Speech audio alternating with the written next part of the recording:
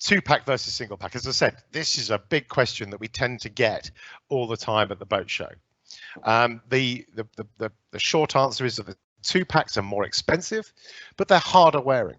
They hold their gloss for longer, and they need to be redone less often. The single packs are much cheaper and much easier to put on, and we'll go through the differences between them. But one of the things that makes us form a choice of two-pack over single-pack is the type of construction of your boat. Here's a Thames boatyard with a boat in mid-construction, and I think a little later there's a picture of the boat finished off as well. But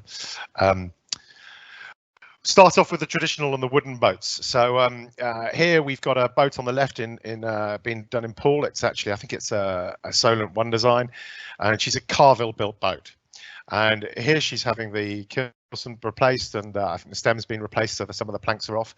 And the boat is constructed with wooden planks that are bent round the stringers, and then the gaps between those wooden planks are filled with oakum, which is like a cotton material, and white or red lead putties over the top. And the idea is when you put one of these boats in the water is that the planks swell. They take on a bit of water, they swell up, and they close any gaps, a little bit like a barrel. That's how a barrel stays dry, barrel of beer if you like.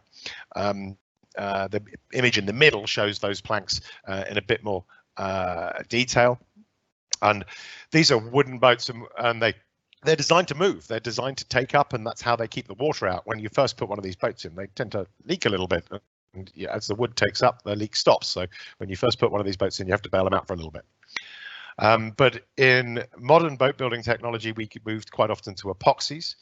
And what is popular these days, and it's an entire subject on its own, whether to do this, not to do this, how to do it, what's the right way of doing it, is a big old subject. So we won't get too far into that. But there's a lot of people that will now spline. And if you look at the picture on the right or the sketch on the right, you will see that it's a glued wooden strip. So they remove all the oakum and white lead putties out of the seam, and they glue using epoxy a wooden spline in. That joins all the planks together, making it one homogeneous object, and it makes it much stronger, and it also makes it move as one. So rather than all these planks moving a lot, and quite often you hear the term, the Europeans use it a lot, the boat works a lot, it now will move as one. So back with the traditional method, we've got planks that are going to move, take up, change shape. We tend to stick with the traditional single pack paints, the Epifanes yacht enamel in this case. And if we go into the splined technique where we've now stabilized the boat and it's not moving so much, we can then look at two packs, which are stronger and will last longer. So it gets quite complicated, but let's have a look at some of the other methods of building. Here we have clinker construction, where the planks are overlapping. They're attached to a set of stiffeners inside the boat, and the beautiful Thames rowing boat there is traditionally built again. They're sealed again with traditional products, oil-based products. So if you've got a traditional clinker built, they also work quite a lot. They move quite a lot. So you would probably stick with a traditional single pack varnish in this case, but yacht enamel, traditional paint. The Salcombe yawl, beautiful Salcombe yawl sailing on the Salcombe estuary there, that has had those all of those clinkers. They've all been glued together with an epoxy. So the boat's been stabilized. So same as we showed in the Carval boat. So that boat there does actually have a two-pack paint on the colour. The varnish is actually all single-pack Epifanes, but because the boat's been stabilised, we're using modern boat building techniques, it can now use a two-pack paint. Cold moulded, epoxy plywood, double diag. There's lots of different methods. If I don't mention the boat that you're looking at, then give us a shout, or give your supplier a shout, and they'll get the message through to us, and we'll give you some advice. But the picture on the left is an albacore. I got this one off the internet actually, because it's a very famous cold molded boat. It's very stable because those timber that you can see going diagonally across the boat go the other way underneath, and it's very stable. So in that case, you can use a two-pack product because the boat is very stable. Plywood tends to be quite stable as well. You have to watch the edges and the corners. Take a mirror dinghy, for instance. They have the edges taped, so that stabilizes it. But so if you've got a stable plywood, doesn't move that much because all the timber goes in lots of different directions, so you can use a two-pack on there.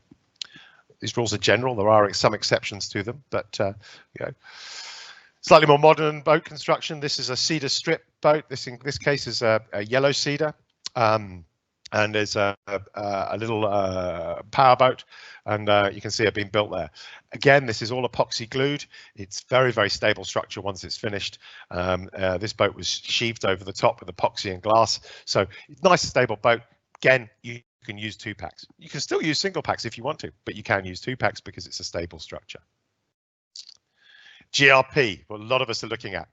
Now, GRP is actually a pretty stable structure. In this case, this boat's in Holland, actually. I know it's painted with Epifanes yacht enamel, but here, quite often, people will use the 2-pack polyurethane instead. There's also a middle ground in here as well, because this is a stable structure. We do a middle product called monourethane, and monourethane is a single pack paint, so it has some of the ability to move like the yacht enamel, but it has some of that hardness and that durability from the polyurethane. So it's still only single pack, but that's also a good option if you don't want to go all the way to 2-pack on a GRP boat, and many of us are dealing with that substrate.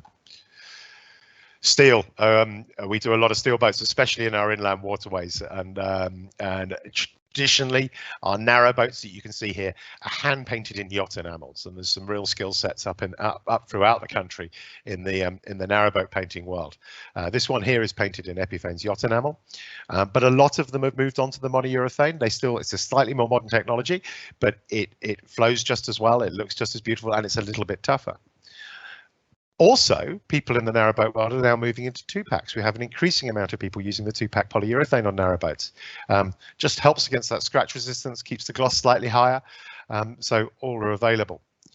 Just as a matter of interest, this one was done by one of our colleagues, Colin Dundas. I'm just going to show you just a little video. This is hand painted in Epifanes yacht enamel on a steel structure. The steel's not been fed in any way, shape or form, except for just some priming and sanding.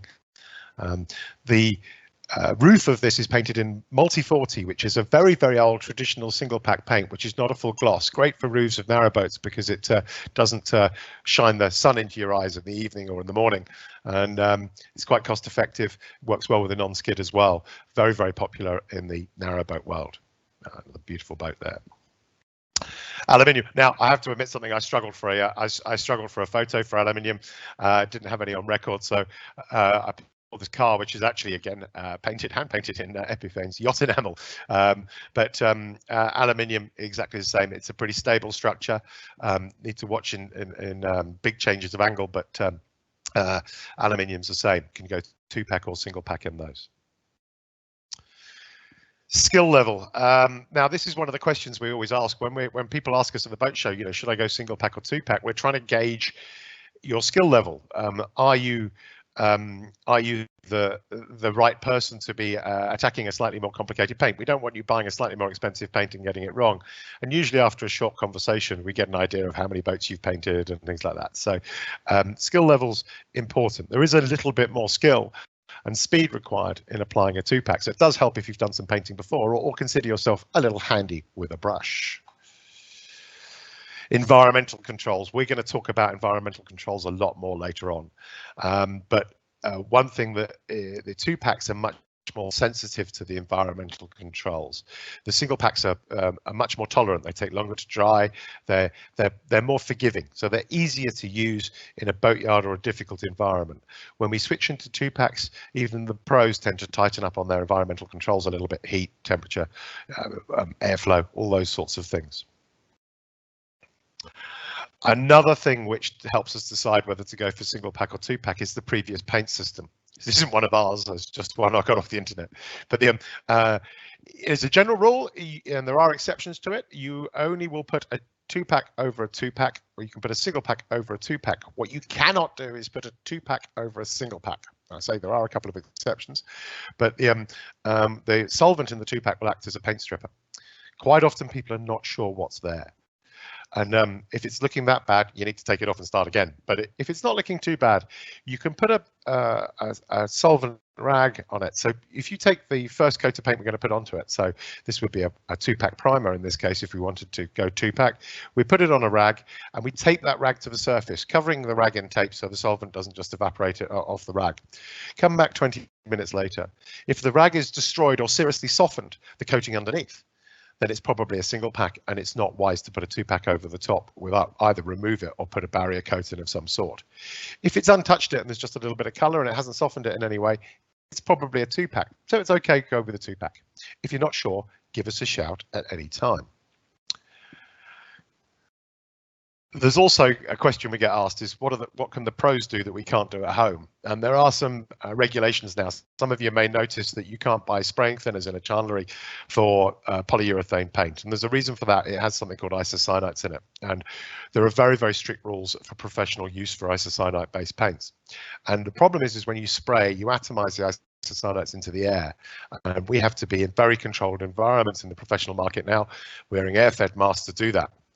So the idea of people spraying in not custom designed environment with 2-pack polyurethanes is extremely dangerous, and it is now banned from being done. You can still hand paint with a polyurethane, because at that point, as long as you keep it off your gloves, keep your gloves on, don't get it on your skin, then you don't take any of the isocyanates in.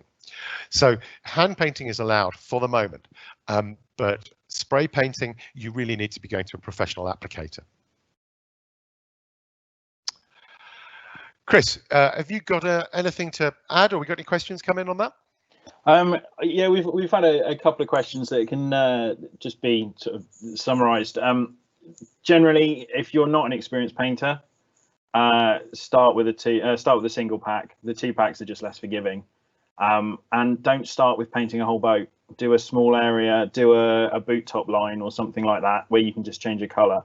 And actually also the monourethane on GLP boats, if you just want to change the color of your boot top, you can do it without a primer underneath it.